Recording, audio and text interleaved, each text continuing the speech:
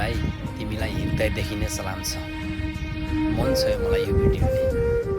यहाँ धनुनीहरू धेरै छन् तर मन